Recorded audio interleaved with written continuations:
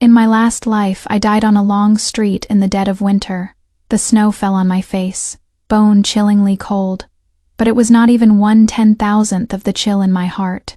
I was draped in thin clothes, curled up in a corner, and my vision gradually blurred. In a daze, someone picked me up. That person was covered in bloodstains, dragging their broken body, and carried me back home, step by step. "Ayao, I am sorry." His voice was hoarse and trembling. I wanted to open my eyes to look at him, but I no longer had the strength. Before I died, I finally understood in this life.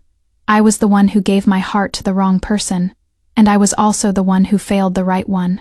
When I opened my eyes again, my legitimate elder sister, Murong Wan, was leaning over the bed sobbing. "Yaoer, you are finally awake. Woo woo." Also standing by the bed were my younger brother Shi Lingfeng, my legitimate mother, Lady Shen, and my father Shi Yangguo. I had actually returned to the day I fell into the water during the Lantern Festival. Number. Chapter Reunion struggling to get up. I found Lu Jingyuan sitting in the main hall. This man was tall and burly, with a faint scar between his brows from his time fighting on the border. He was clearly my savior, yet at this moment he stood to the side as if he had done something wrong, completely at a loss. "General Lu, thank you so much for saving my little daughter." Matriarch Shen had a sincere look on her face, but her tone suddenly changed. "It is just that. Yaoer fell into the water and got her body wet, being carried back to the manor like this, by the general in front of everyone. I don't know how much gossip will start tomorrow, and I am afraid her future marriage prospects will be difficult." Xia Lingfeng immediately retorted. "If my older sister doesn't marry in this lifetime, then I'll support her for my whole life." My dad shouted angrily, "Stop talking nonsense." He turned around, cupping his hands at Lu Jingyuan with an apologetic smile. "General Lu, my son was rude. I am sorry for the embarrassing display. It is all thanks to your rescue today that my daughter, Shi Yao, was fortunate enough to keep her life. Tomorrow I will prepare a gift and have it sent to your residence to show my gratitude." Lu Jingyuan said awkwardly, "I just happened to be passing by." "It was a small effort, Lord Shi. You don't need to thank me."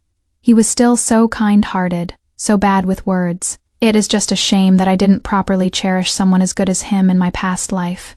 I offered to see him out of the manor, trying to get a chance to be alone with him. Following behind me, he walked with his head down, taking small steps. After passing a corner, I suddenly stopped, turned around, and crashed right into him. "Miss Shi," he hurriedly stepped back, but I backed him into a corner step by step, planting my hands on either side of him. "General Lu, I've heard you have yet to take a wife. If you don't mind, Xiao is willing to marry you, to give myself to you to repay you for saving my life. How about it?" His face flushed red from being flirted with, and he looked up in disbelief, speechless for a long while. I feigned shame and covered my face, sobbing as I said, "Forget it. The general must already have someone he fancies. In that case, I won't insist." "Okay," he suddenly said. "I'll marry you. In a few days I'll come to your home to propose marriage." Leaving those words behind, he fled in a panic. Watching his retreating figure, the corners of my mouth curled up slightly. Back then, I had reluctantly agreed to marry him, not knowing that he too was being forced by the rumors. Now, it is my turn to proactively marry him. Chapter 2. Getting married a month later was our wedding day. Stepping down from the bridal sedan, a pair of broad, powerful hands reached out to me. All around was the clamor of his army comrades, and he was so shy his hand trembled slightly. I grasped it tightly, and my palm was instantly warm. I let him lead me by the hand to bow before our parents. Just as we were about to be sent into the bridal chamber, an imperial edict from His Majesty suddenly arrived, ordering him to head for the border immediately. Through the red wedding veil, I placed the peace talisman I had already prepared into his hand, and said considerately, "Husband, since it is an urgent summons from His Majesty, you should go now, so you don't delay important matters." The tall figure hesitated for a moment. "Wife, I'll have to trouble you with everything in the manor." After saying that, he, dressed in his wedding robes, hurriedly mounted his horse, leaving me alone to deal with all the guests. I didn't blame him for abandoning me to go to the borderlands right after our wedding like I did in my last life. He was a military general. After all, It is his duty to defend against enemies and guard the passes. Lu Jingyuan came from a commoner family. Last year he was ennobled for his merits and received a reward from His Majesty, only then setting up a home in the capital. In his residence, there was only one housekeeper and a few servants for cleaning. The next day, I went to the servant agency to hire more maids and servants, from whom I picked an honest-looking one to serve by my side, and named her Yin Xing. My dowry maid, Bai He, was on the verge of tears. This servant has followed young miss for many years, and served you diligently. Could it be that young miss finds this servant's service lacking? Only after my divorce in my past life did I learn that Bai He was a spy planted by my side by my legitimate elder sister Murong Wan.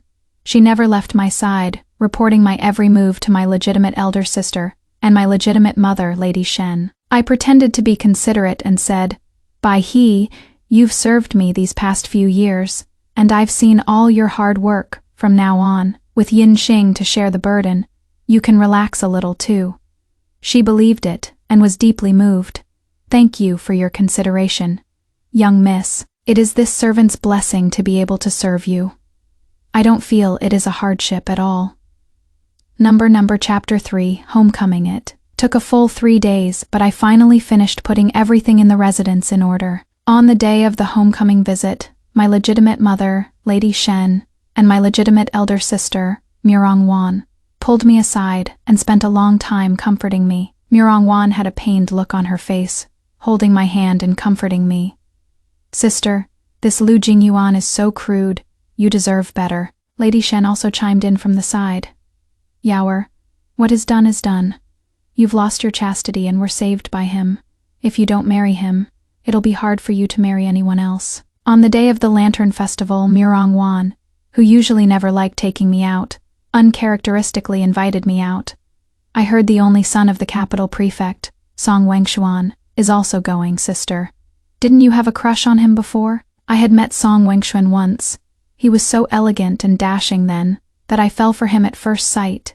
To see him again, I agreed to Murong Wan, but I didn't get to see the person I wanted to, and was instead set up by her to fall into the water. I clenched my sleeves, suppressed the turmoil in my heart, and said while covering my face, "Mother, sister, my life is so bitter. If I hadn't been plotted against that night, I would never have fallen into the water for no reason, let alone had to give myself to him. If I find out who harmed me that day, I'll definitely give them an eye for an eye, and make sure they don't get a good end in this life." The hands of the two people on my left and right shoulders paused for a moment. A moment later, Madame Shen coughed lightly twice. "Now that you've just entered the manor, if you want to secure your footing, you have to think of some ways to hold him tight. Marry a chicken, follow the chicken. Marry a dog, follow the dog. If he can advance further, your life will be better too." At this time, Lu Jingyuan had not yet won the Crown Prince's favor, so there was still a chance to pull him over to Prince Chi's side. Murong Wan understood the hint and took the opportunity to say, "Noades, Prince Chi has the Emperor's favor, far surpassing the Crown Prince. If you can persuade Lu Jingyuan to pledge allegiance to Prince Chi, once Prince Chi ascends the throne, there will be endless glory and riches for you to enjoy in the future." She has really got her calculations down pat, using me as a pawn, as a stepping stone for her to become Princess Chi's sister. But I am not as beautiful as you, and I am even worse at winning people over. I am afraid I have no place in his heart. This matter is probably as hard as climbing to heaven. While appearing weak, she also complimented her. She, who had always been used to being put on a pedestal, found it very pleasing. "It is very simple. Although you are not as beautiful as me, you can use some tricks. For example, put some work into matters of the bed." She raised her chin high, a smug look on her face, not at all shying away from the fact that she herself was still a woman waiting to be married. Recalling all the things between her and the Prince of Qi in her past life, she figured she must have hooked up with the Prince of Qi long ago. Concerned about appearances, Lady Shen signaled to her with her eyes to restrain herself, and changed the subject. "Yaoer, I heard you recently bought a new maidservant. Is it because you find Bi's service unsatisfactory? Don't blame your daimyo for not warning you. Be careful she doesn't climb into bed. When that time comes, it'll be a real headache for you." Her face was full of hatred. I knew she was alluding to the fact that my mother, who was the main wife's dowry maid, was taken by my father as a concubine. But wasn't it she who sent my mother to my father in the first place? It is just that later, my mother gained favor, which made her jealous. After giving birth to me and my younger brother Xie, my mother ended up wrapped in a straw mat and thrown into a mass grave. Too lazy to deal with them any longer, I pretended to take the advice and headed back home. Chapter 4. The return. The sun blazed fiercely. The twilight glow flickered, and Lu Jingyuan came galloping back on his horse. He, who was never fair-skinned, was covered in dust after being exposed to the sun. The whole way, his collar soaked with sweat. I was in the courtyard enjoying the cool air and admiring the lotuses, and seeing him in this state, I felt a twinge of guilt. He was out on military campaigns fighting to earn merits, while I was enjoying a life of ease and comfort alone in our residence. "Husband, come quickly and try this cooling mung bean soup." I took the initiative to speak, greeting him with a smile. He stopped in his tracks, fumbled inside his robes for a long while, and pulled out a glazed agate hairpin. The hairpin was damp with his sweat, looking even more translucent under the sunlight. Wiping it on his sleeve again and again, he handed the hairpin to me. "My lady, this is a hairpin I saw a merchant from a foreign land selling when I was at the border. It is exceptionally beautiful, and I thought it would suit you, so I bought it and brought it back. However, it is stained with my sweat, if you mind." He lowered his head, his words coming to an abrupt halt. I quickly took it and inserted it into my hair bun. "I don't mind, I love it, thank you, husband." I took out a handkerchief and wiped away the beads of sweat on his forehead. He looked up in surprise. His tanned face flushed. That night, I took out the clothes I had made for him according to my memory of his measurements from my past life, and beckoned to him. "Husband, come and try on the new clothes I made for you." The clothes on him were washed until faded. The collar was even worn out, and he still wouldn't replace them.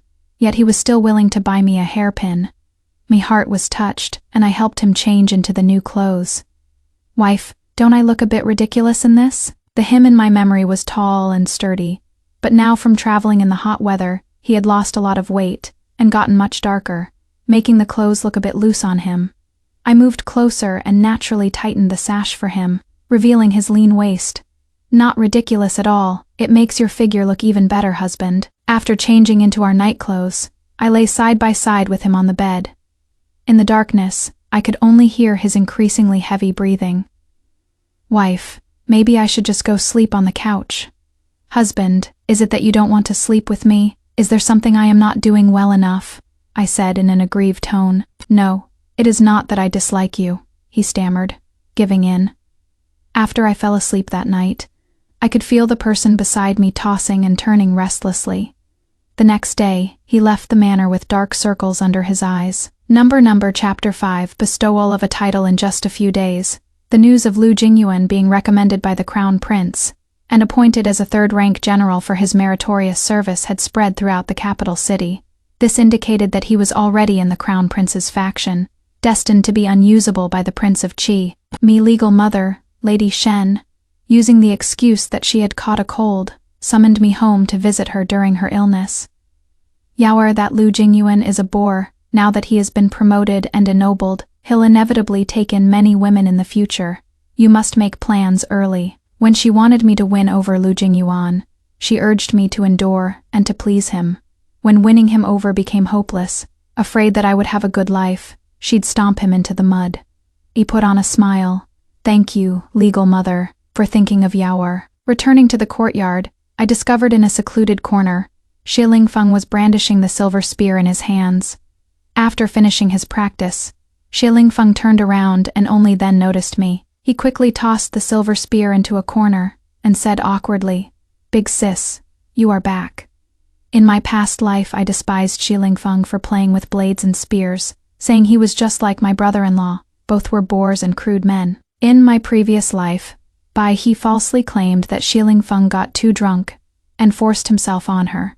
Father despised him for tarnishing our family's good name, so Xie threw down his most familiar silver spear and ran away, only to die a tragic death at the hands of bandits. Just now when I saw him practicing with his spear, his movements were agile and his posture was dashing. If he could have survived and joined the army with these skills, he definitely would have had a great future.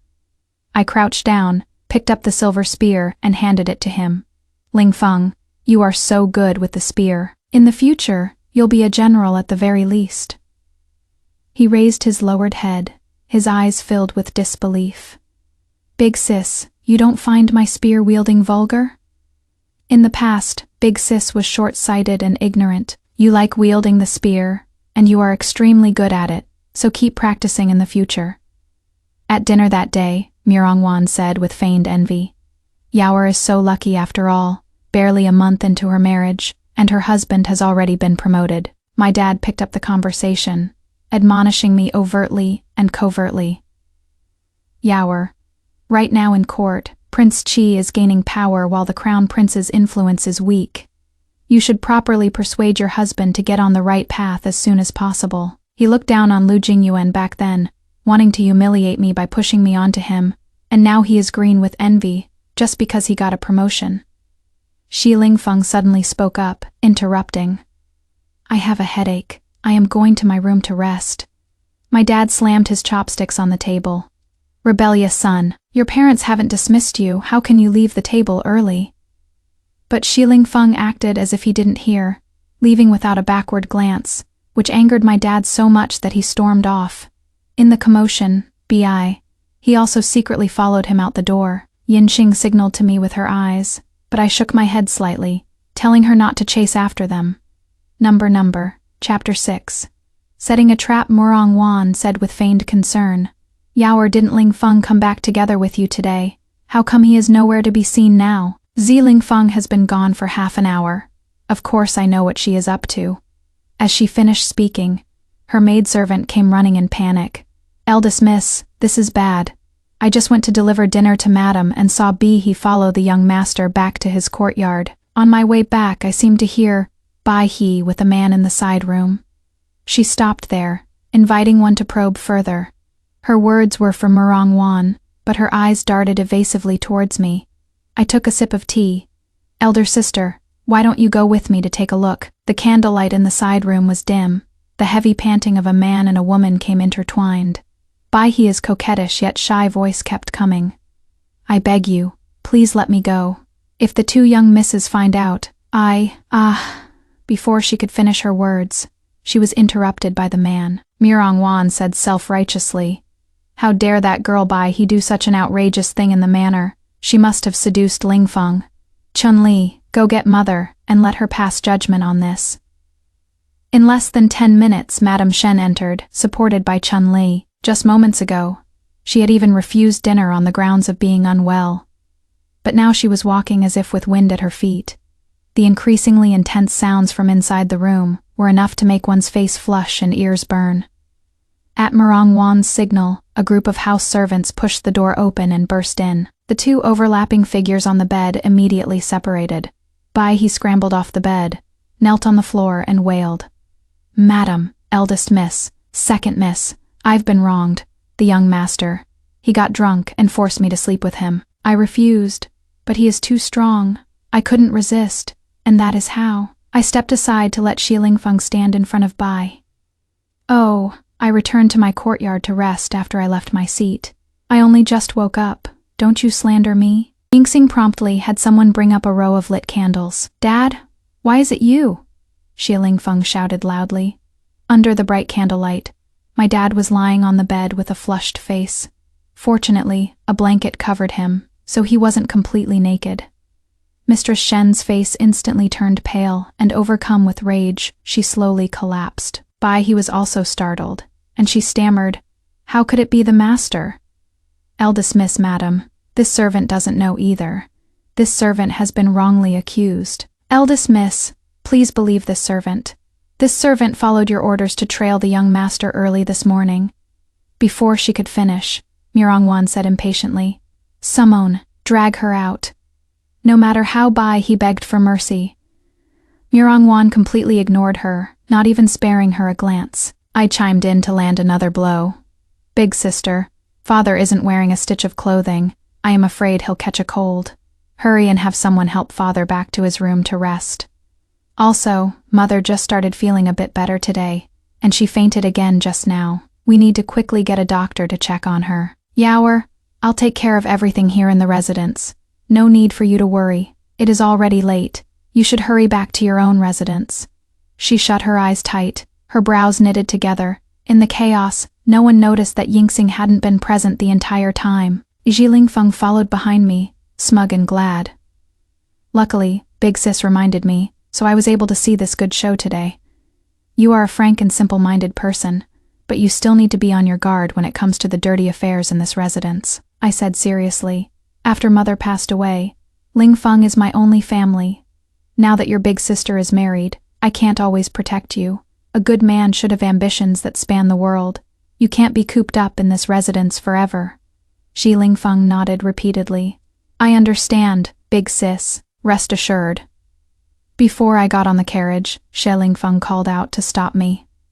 Ajay, I heard brother-in-law is very impressive and treats you very well. You absolutely must not listen to other people's nonsense. I looked at Lingfeng's serious face and tapped his forehead twice. You should get a clue yourself first.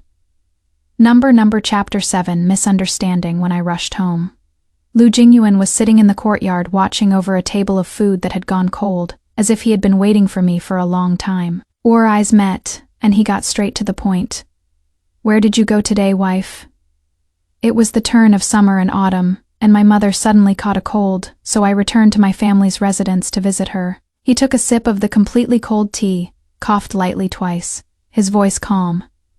My lady certainly is concerned about your father and mother. What does he mean by that? Before I could sort out my thoughts, he walked away with his hands behind his back, accidentally bumping into the medicine bowl on the side. The bitter smell of the medicine wafted out. I hurriedly sent Yinxing to go and inquire. Miss, I heard from Steward Zhou that the general caught a cold recently. He even had a fever during the day, and at night he sat in the courtyard waiting for you all night, without eating or drinking his medicine. I suppose it is because you went back to your family's residence to visit your mother, but didn't show him any concern, so he has become resentful. Thinking about it carefully, he was indeed coughing just now, and his complexion was haggard, yet I actually failed to notice. Lately I've only been scheming how to deal with my legal mother and legal sister, and to save Lingfeng, but I've neglected him. I only knew that he left early and came back late every day, in and out of the residence. But I didn't know what he went off to do.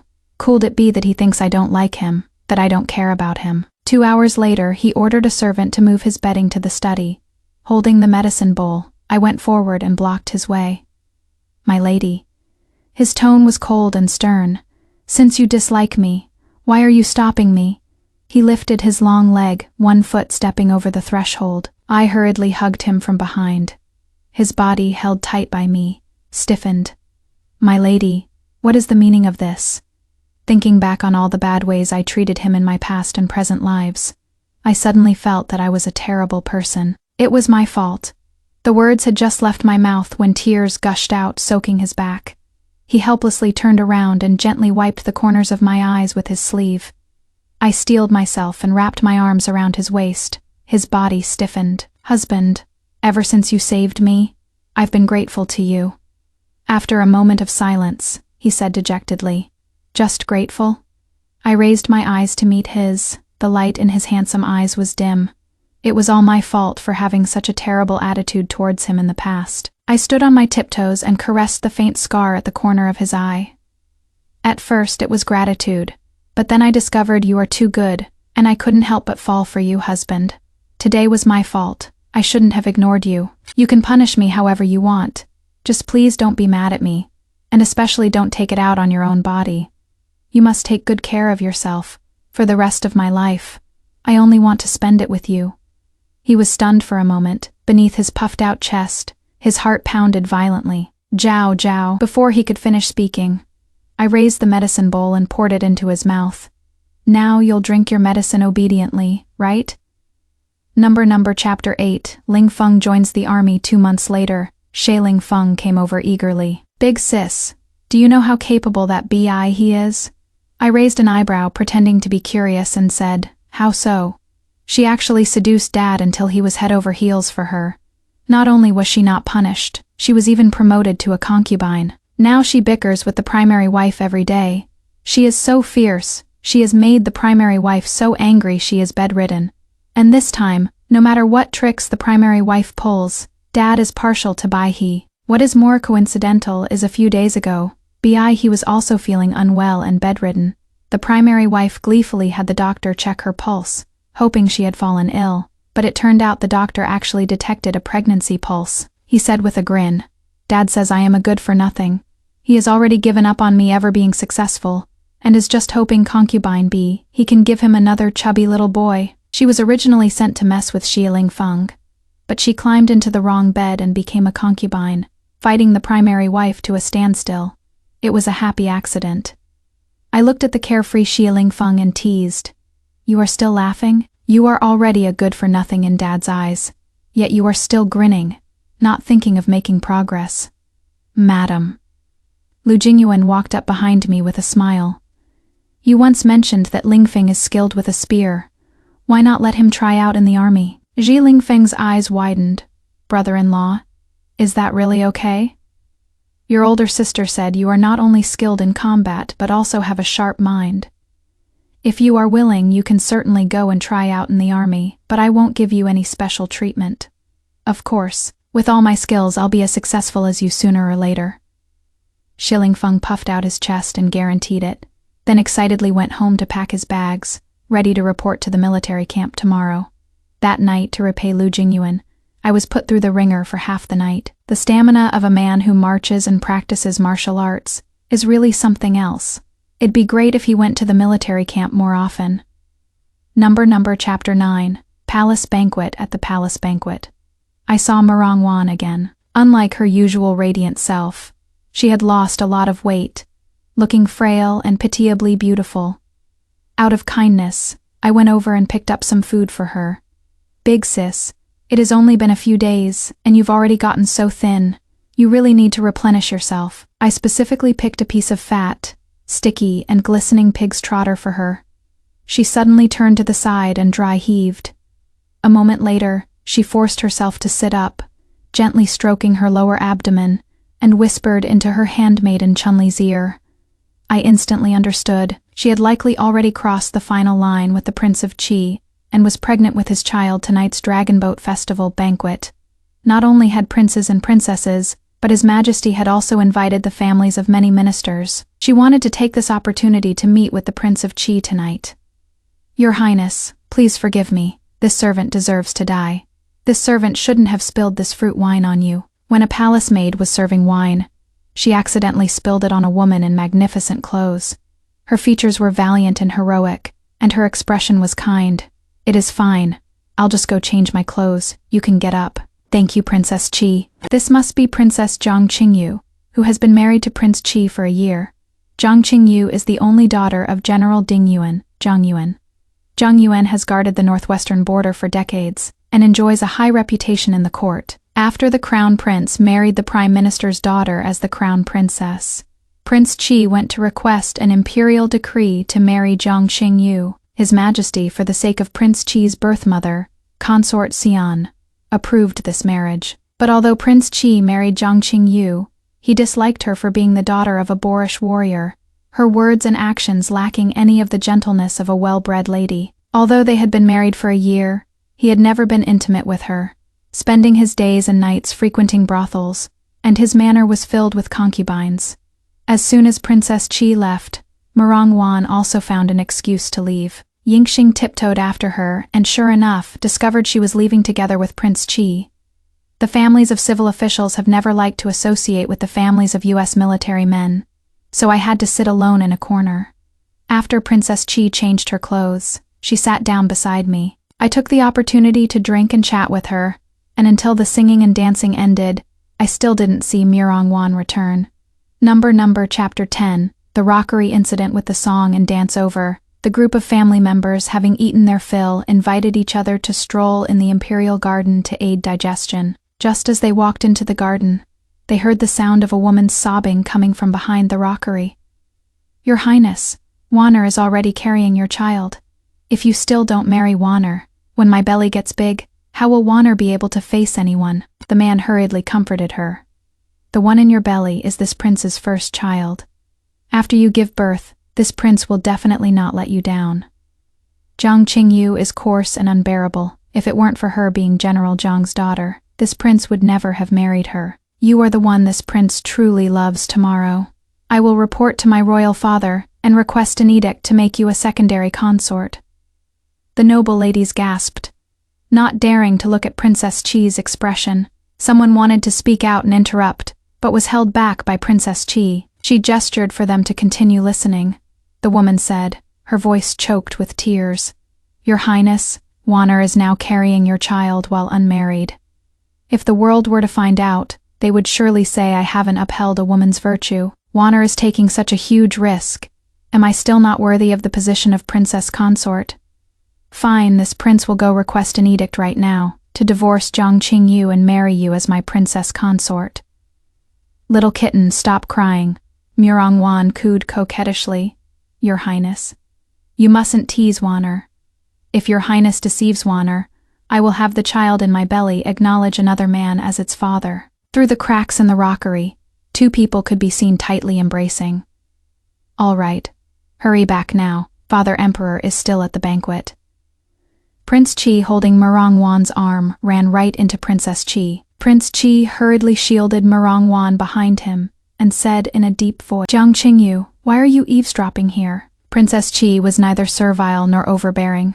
"If your Highness dares to do it, are you afraid of others eavesdropping and peeking? You dare to speak to this prince like that? Believe it or not, this prince will go and request an imperial edict to divorce you right now." Before he could go and make the request, His Majesty arrived with his ministers. Thanks to Yingxing walking fast, she quickly alerted and brought His Majesty over. Murong Wan and Prince Qi had an illicit affair without a matchmaker, and it was exposed under everyone's watchful eyes. His Majesty not only refused to allow him to divorce his primary consort, but also forbade him from taking Murong Wan as a secondary consort. However, she was pregnant with Prince Qi's child, so they could only have her carried into Prince Qi's mansion in a small sedan chair, barely making her a concubine. Unexpectedly, Princess Qi herself requested a mutual divorce and returned to the general's mansion. The affair between Prince Qi and Murong Wan was widely gossiped about. After this incident, Murong Wan's reputation was completely ruined, and it is feared she'll never have a chance of becoming a primary consort in this lifetime. Chapter 11. Setting out for the border war as the end of the year approached. I had originally wanted to stay up for the New Year's Eve vigil with Lu Jingyuan, but the war at the border still broke out as expected.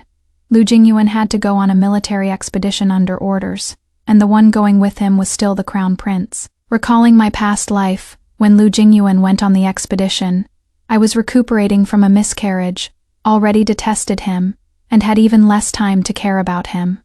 Later on, he was thrown into the imperial prison for allegedly colluding with the enemy and committing treason with the crown prince. On the day of his departure outside the city gates, he bent down and pulled me into his embrace.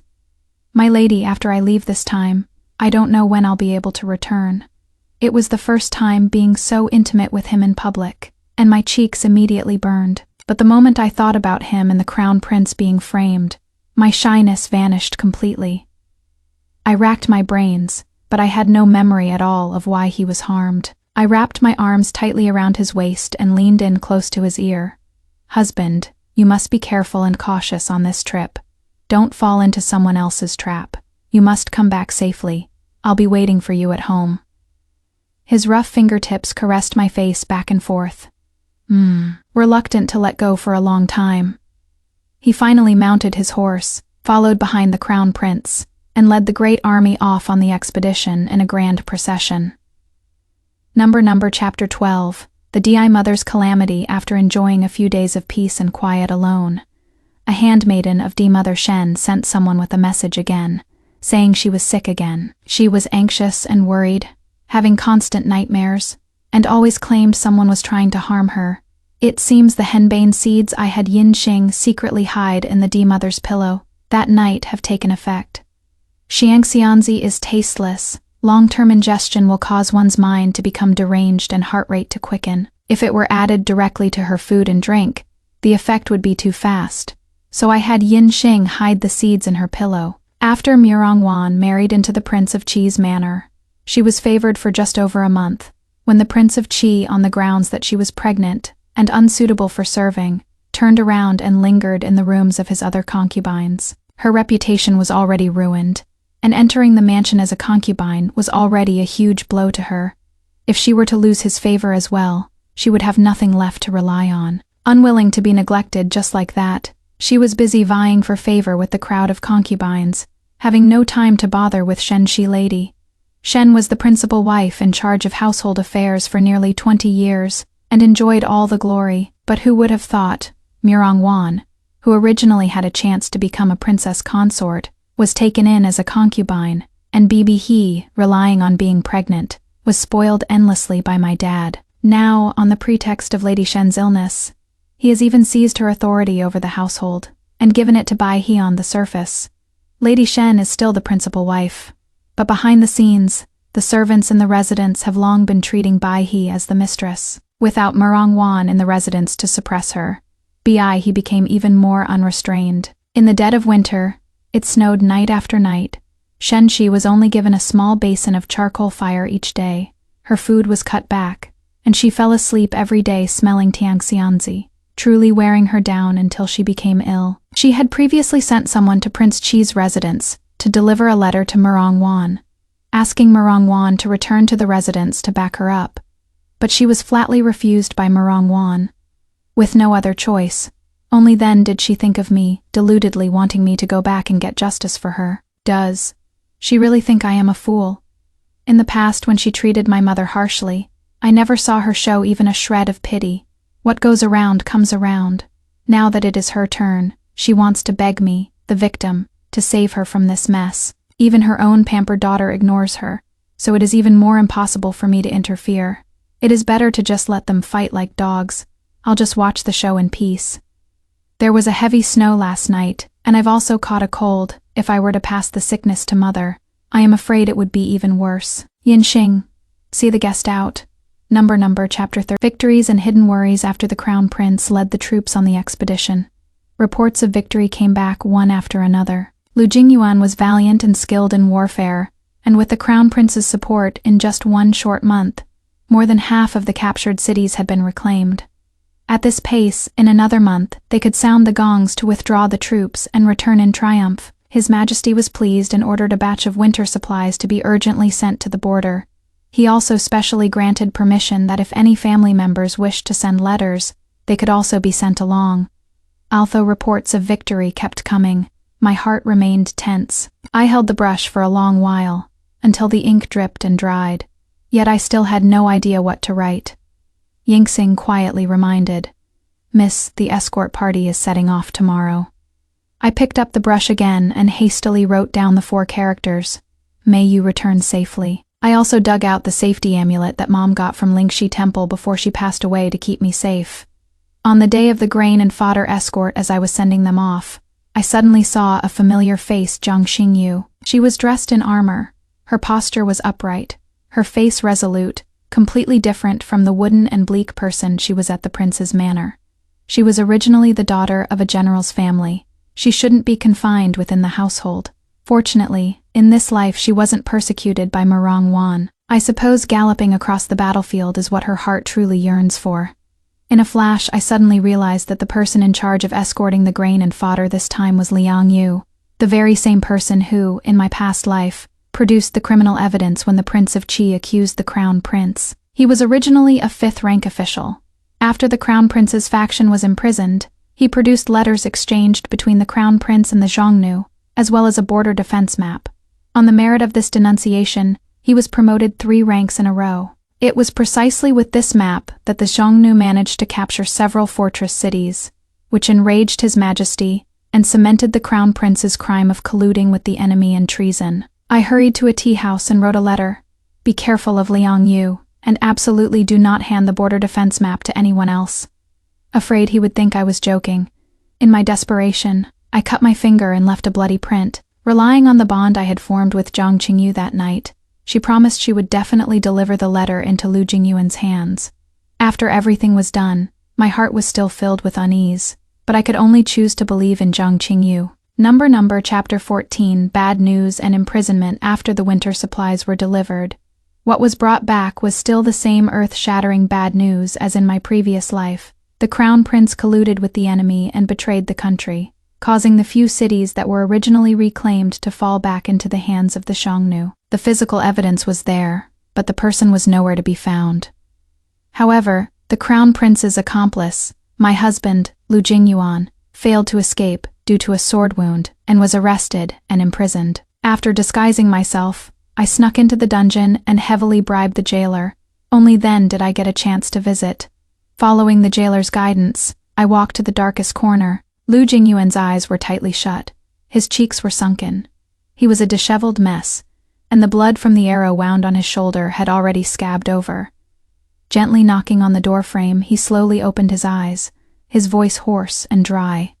"Ayao, you shouldn't have come to this place." I quickly took out the meat bun I had been keeping warm in my bosom and handed it to him. After all the trouble, the originally hot bun only had a trace of warmth left.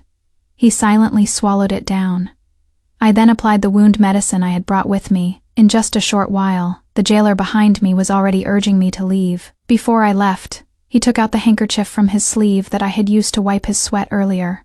The family letter I had sent was wrapped inside the handkerchief. "My lady, I am imprisoned this time under grave charges. I am afraid it is impossible to overturn the case now. If something should happen to me, you must live on well."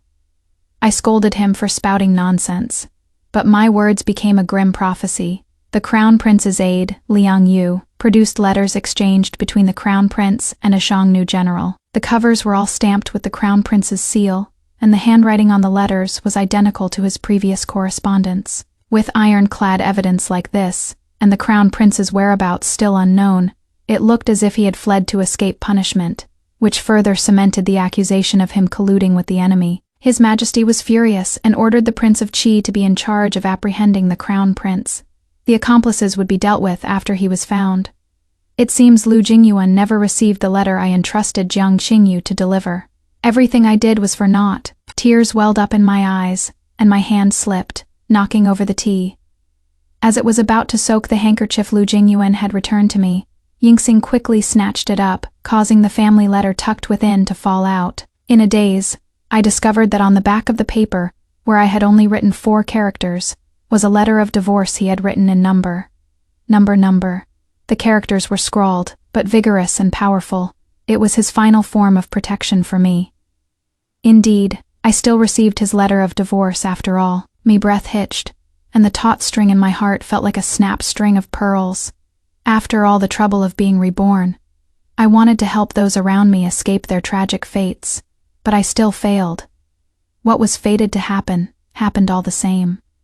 Number Chapter 15, Finding the Flaw. No, there are also things that are different from the last life. Princess Qi wasn't killed by Murong Wan. Xie Lingfeng wasn't framed by Bi He. Murong Wan entered Prince Qi's mansion early, and Lady Shen also had her household management authority taken away. I can definitely find another way to turn the outcome of this matter around. The immediate priority is that I must personally see the evidence of the Crown Prince's treason, and find the flaws in the evidence. Only then can I find a way to resolve this.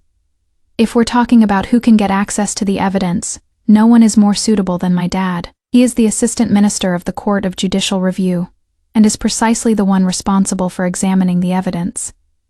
My dad hasn't even given me a second glance for many years, let alone now that I am the wife of a convicted official. I can only start with Bai He. Although Bi He has now defeated Lady Shen, Murong Wan is still around, and she is Prince Qi's person. Considering this, she can't make a move against Lady Shen yet, and the one I want to deal with is precisely Prince Qi. If Prince Qi falls, Murong Wan will lose her backing, and then she'll have no more worries. I decided to take a gamble. Bai He caressed her high, bulging belly, her eyes full of affection.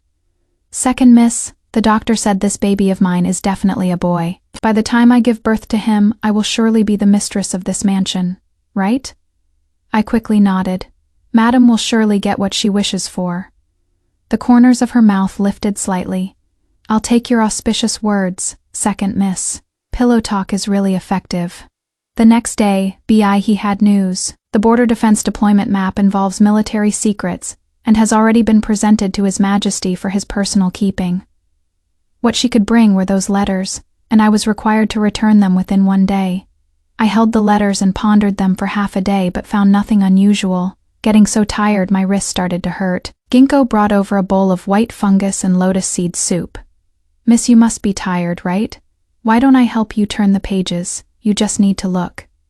I tilted my head back and drank the sweet white fungus soup and immediately felt my fatigue cut in half. "Miss, His Highness, the Crown Prince's handwriting is so neat.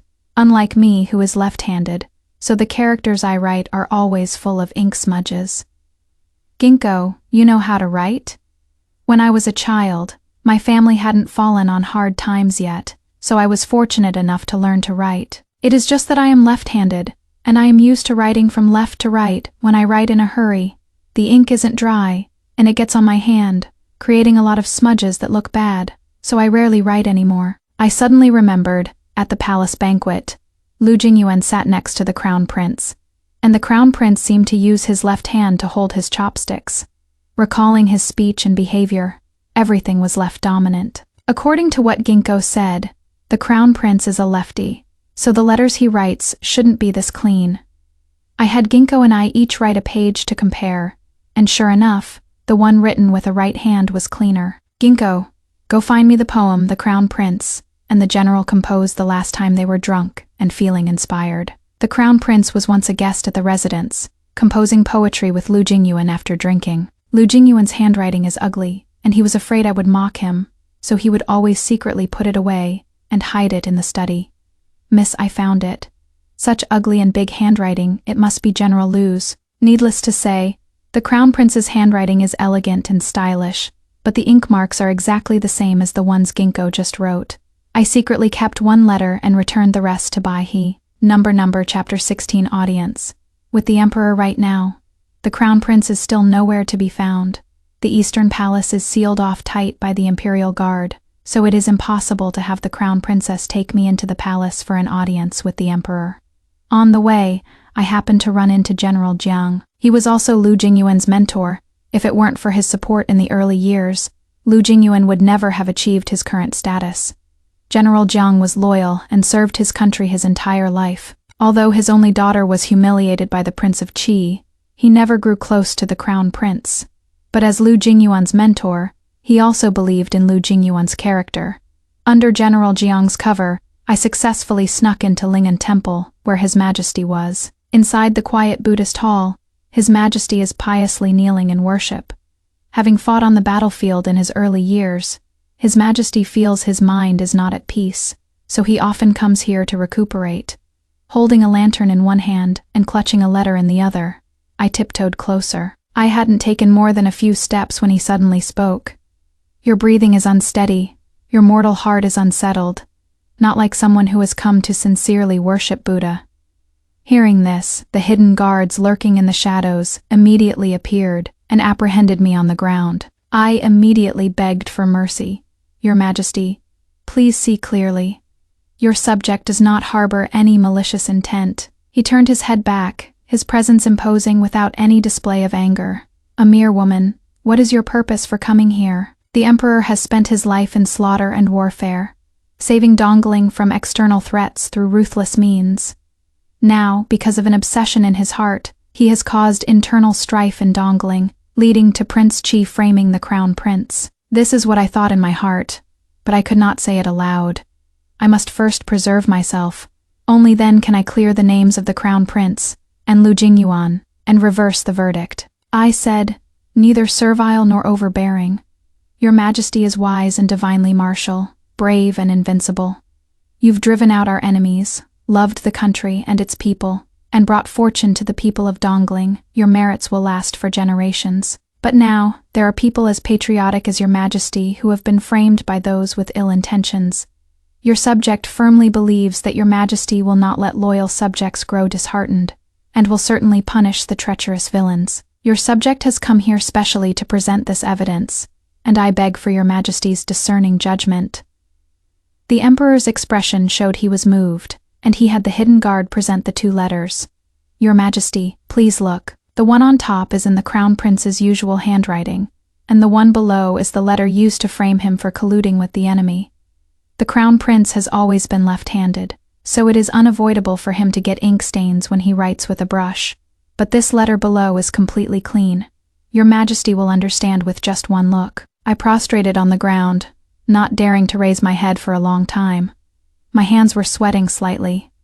The Buddhist hall was silent and still. The sound of a page turning filled my ears. His expression changed. After a while, he said in a deep voice, "I know you. You are Lu Jingyuan's wife. So young, yet you have such guts. Aren't you afraid I'll kill you?" I said. My expression unchanged. "I believe your Majesty is wise and can tell the loyal from the treacherous. Besides, my husband is in trouble, and I absolutely will not abandon him. What a loyal and righteous person. I shall grant you your wish. Guards, take her away. She is not to be released without my order." The next second, my vision went black, and I collapsed on the ground. Number Chapter 17. The truth is revealed when I woke up. I was still in a pitch-black place. Fortunately, His Majesty had sent someone to bring me food, so I wouldn't starve to death. About 7 days later, I finally saw the light again. As I slightly opened my eyes, Lu Jingyuan, neatly dressed, reached out with both hands and pulled me into his arms. "Am I dreaming? Big sis, you are not dreaming, you are still alive." Shi Lingfeng folded his arms, teasing leisurely.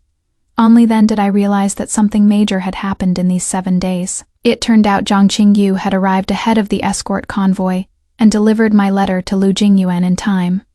He immediately understood that Liang Yu was very likely going to use the border defense map to do evil, and had tampered with the map. When the Crown Prince found out, he realized it was the Prince of Qi's scheme and decided to play along.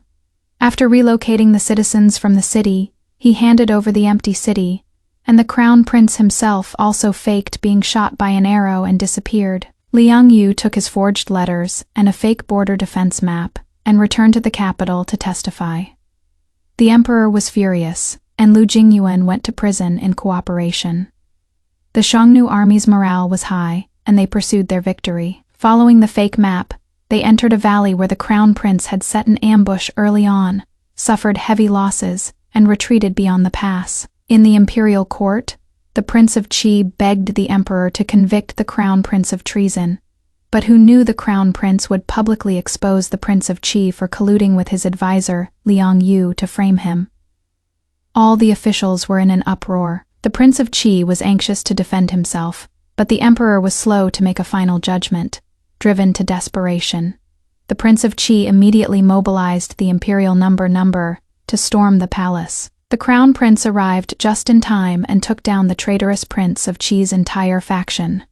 All the concubines of the Prince of Qi's residence became prisoners and were exiled to the northern region. Only the pregnant Mirong Wan was granted a cup of poisoned wine. It is rumored that in order to live, she went so far as to shout that the child she was carrying was not the Prince of Qi's, but a shadow guard's. The enraged Prince of Qi ended her life with a single strike of his sword. The Prince of Qi didn't have a single child in 2 lifetimes, so I am inclined to believe that what she said was most likely true. After Mirong Wan died, Mrs. Shen was crazy all day, asking everyone she met where her daughter was. My dad found it disgraceful and confined her to the back courtyard, assigning special guards to ensure she never took a single step out of the main gate. He gave birth to a son, and as she wished, was made the official wife. Number Chapter 18. Epilogue. I looked at Shi Lingfeng, who was hanging around the military camp all day, and worried myself sick. His family was about to be ruined, yet he couldn't care less. Who on earth was in that military camp that he was so fixated on? I begged Lu Jingyuan to sneak me into the military camp. Turns out that kid Shi Lingfeng was saved from the Xiongnu's blades by Zhang Qingyu back at the border. Every day, he would eagerly vie to be Zhang Qingyu's sparring partner. The more he was thrown down, the wider the smile on his face. "All right, now I know who is in the military camp," Lu Jingyuan said pitifully. "My lady, you really don't need to worry about him. Why don't we study how to make a baby together instead? I haven't even settled the score with him for putting on that self-injury ruse with the Crown Prince to trick me, and he wants to have a baby. Why don't you first share what it felt like to be in prison, husband?" I sat down in a huff. He hurriedly passed me some tea. "My lady, please calm down and let me explain. 2 days before Liang Yu arrived with the grain escort, Zhang Qingyu brought me a handwritten letter from you. Just in case, I first hid the real deployment map, and after discussing it with the Crown Prince, we created a fake one. After Liang Yu arrived, he was snooping around for the border defense map, so I knew he must be up to something and staged this act with the crown prince. We repelled the Xiongnu and also captured the Prince of Qi. His face was calm, and I was so angry I pounded his chest. Aren't you afraid of pain? Even with such heavy injuries, you had to see the act through to the end. And you even gave me a letter of divorce. Aren't you afraid I'd really take the gold and valuables and run far, far away? My lady, the letter you sent home did say you hoped for my early return. You surely wouldn't leave me behind. We have to see the act through to the end, so we don't make people suspicious, you know. And see, the Prince of Qi believed it. Besides, the more he spoke, the lower his head hung. Ling Feng said you like them slender, so I thought I'd suffer a bit, and I could slim down in the process. How could this kid spill everything? Don't I need to save face? All right, I won't blame you. Are you still in pain? Doesn't hurt. It definitely won't affect having kids. Hearing these words, I had a difficult expression. In my past life, I only slept with him a few times and got pregnant, but now, even though we're intimate every day, there are no results. I was pregnant in my past life, so the problem is naturally not with me. I didn't bring up kids before because I was afraid of hurting his feelings. Husband, how about we go see a doctor first? His face immediately darkened. You suspect I can't perform. I am not saying you are no good, maybe perhaps. Possibly there is a little problem, we'll know once we go ask the doctor. Sighing, he said frankly. Wife, I wasn't home much before, and I was afraid you wouldn't be able to handle it alone after getting pregnant. So I got a prescription for contraceptive soup from the doctor, and it actually made you misunderstand that I couldn't perform.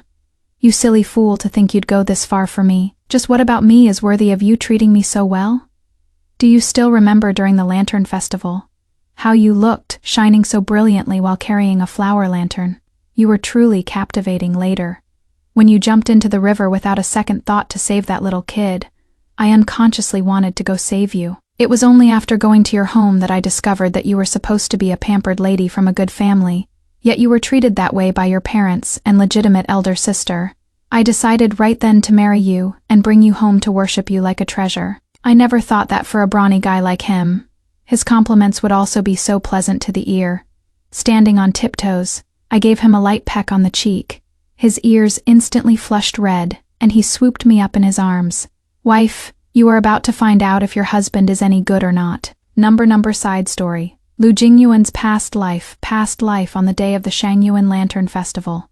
I came out of the Crown Prince's manor and ran into a delicate, round-faced girl by the river. She followed behind her older sister, carrying several strings of festive lanterns of various shapes and colors in her hands.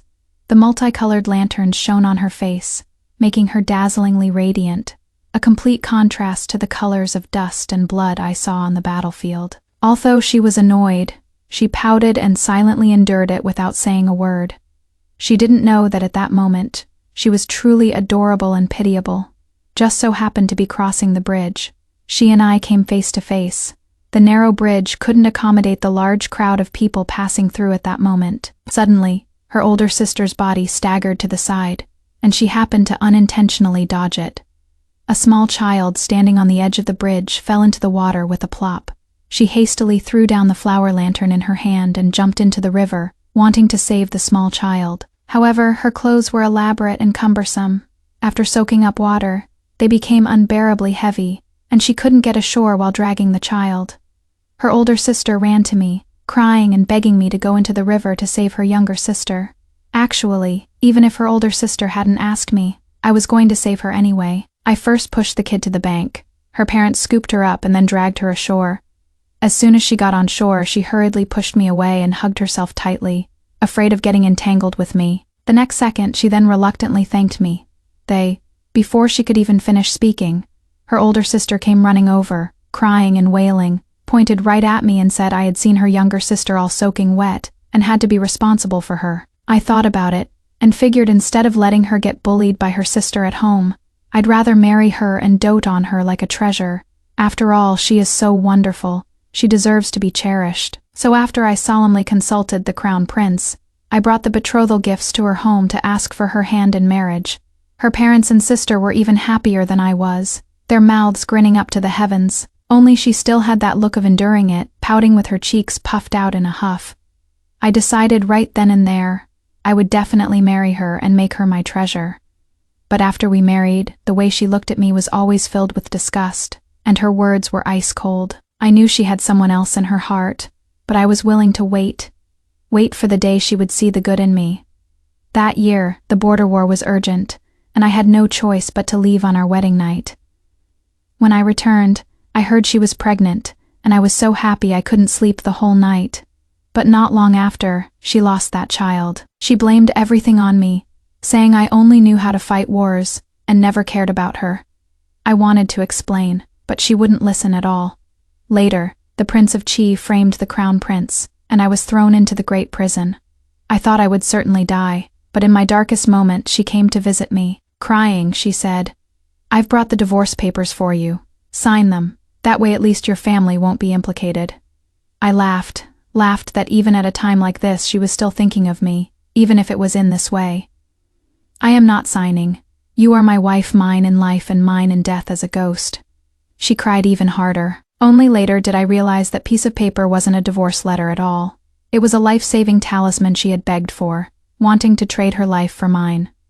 Unfortunately, it was all too late. After the King of Qi ascended the throne, the entire Crown Prince's faction was beheaded. On the day I was escorted to the execution ground, I saw her kneeling on the side of the street with her hair disheveled, crying and shouting my name. I wanted to tell her that being able to marry her in this lifetime was my greatest blessing. Even if she never truly loved me, I have no regrets. The moment the blade fell, I heard her heart-wrenching cries. This life, when I woke up, I found I had returned to the day of the Lantern Festival. This time, I will not let the tragedy happen again. When I saw her by the river again, my heart was pounding hard. I pretended to walk to the bridge casually, secretly paying attention to her sister's movements. Sure enough, her sister was about to pull the same old trick again. My eyes were sharp and my hands were fast. I caught her sister the moment she tripped, so that little baby doll didn't fall into the water. But she still jumped in because she saw a cloth doll floating in the water and thought it was a real child. This silly girl, I sighed, and jumped into the water again to pull her out. Her first words after waking up weren't of thanks, but to ask, "Where is that child? There is no child that is a cloth doll." She was stunned for a moment. Then she blushed. "Well, thank you." This time, there was no disdain in her eyes, only shyness and gratitude. What happened later all developed according to the trajectory of the previous life.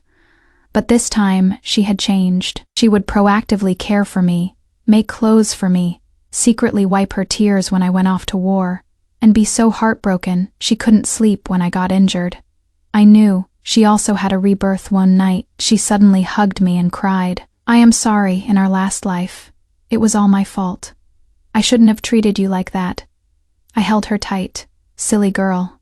It is all in the past. This life, let's live well together. This life, it is my turn to love you."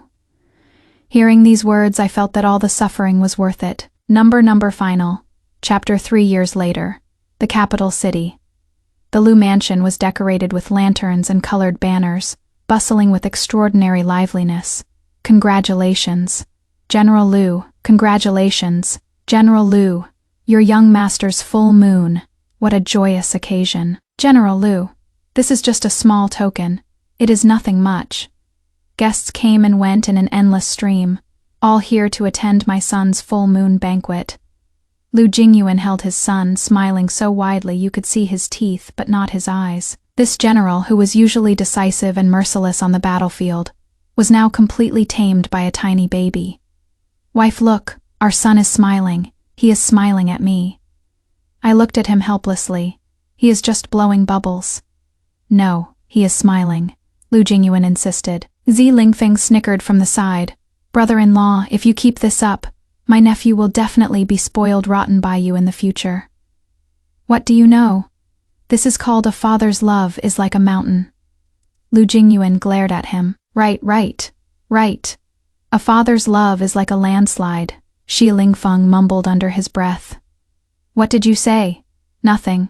I said brother-in-law is mighty." Shi Lingfeng quickly slipped away. He was now a third-rank general, following Lu Jingyuan on campaigns north and south. He had accumulated many military achievements. More importantly, he finally won the beauty's heart. Jiang Qingyu accepted his marriage proposal half a year ago. Speaking of Jiang Qingyu, she was now also a famous female general in the imperial court. With Xie Lingfeng, one literary and one martial, they complemented each other seamlessly.